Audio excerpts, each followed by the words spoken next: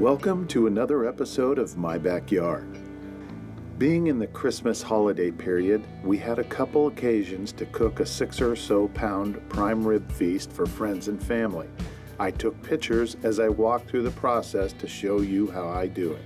A few years ago, with the help of my brother-in-law Ron Ross, I published a video on breaking down large cuts of meat. The 6-pound roast I'm using today came as part of a roughly 20-pound roast we got just before Christmas. I recommend watching that video for tips on saving money by using one large roast for a couple smalls and a few ribeye steaks. Pork is also covered, link in the description box. For this cooking adventure, you're going to need a drying rack and some paper towels. We'll get into the rub ingredients in a minute. With the paper towels, pat dry the roast. The reason for this is that any water on the surface of the meat will cause that area to steam cook, preventing the Maillard reaction. The Maillard reaction is basically a caramelization of the amino acids and sugars of the meat that are exposed to high heat and are what helps brown and give flavor to the meat. Now for the rub ingredients. The morning of the cook, I'm going to create the rub using fresh thyme, rosemary, garlic, and some salt. Tell me what your go-to spices are for your beef rubs in the comments.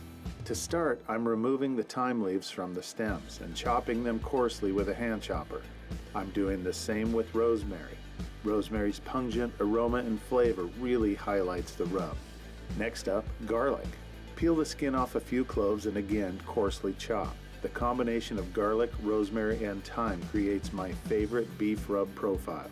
Lastly, salt. You can use fine or coarse, but the salt is a critical element of the rub. During the resting process between applying the rub and the cooking phase, the salt will slowly draw moisture from the meat, and the resulting slurry will be drawn back into the roast, creating a moisture barrier along the perimeter. Apply the rub equally around the entire roast and let rest at room temperature on a drying rack for a few hours.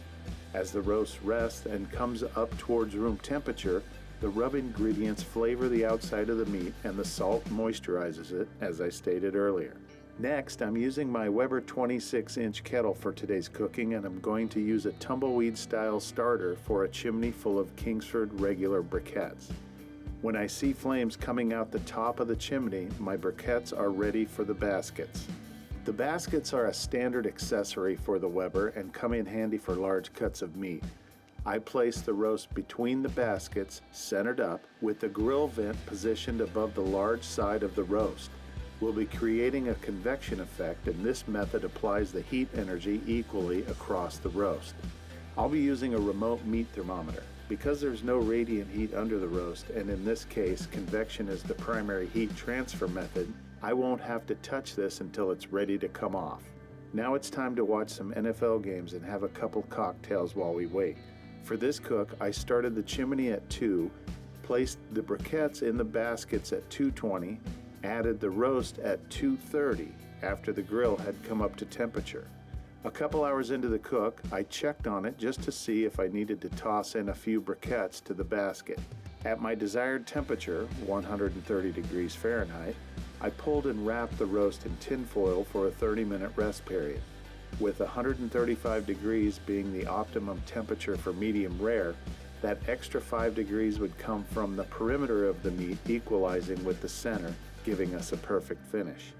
Add in a green salad and some buttery, cheesy baked potatoes, and I'd say the crowd was pretty pleased with the overall product. The roast took 2 hours to cook and a 30-minute rest period. The grill was roughly maintaining between 400 and 500 degrees throughout.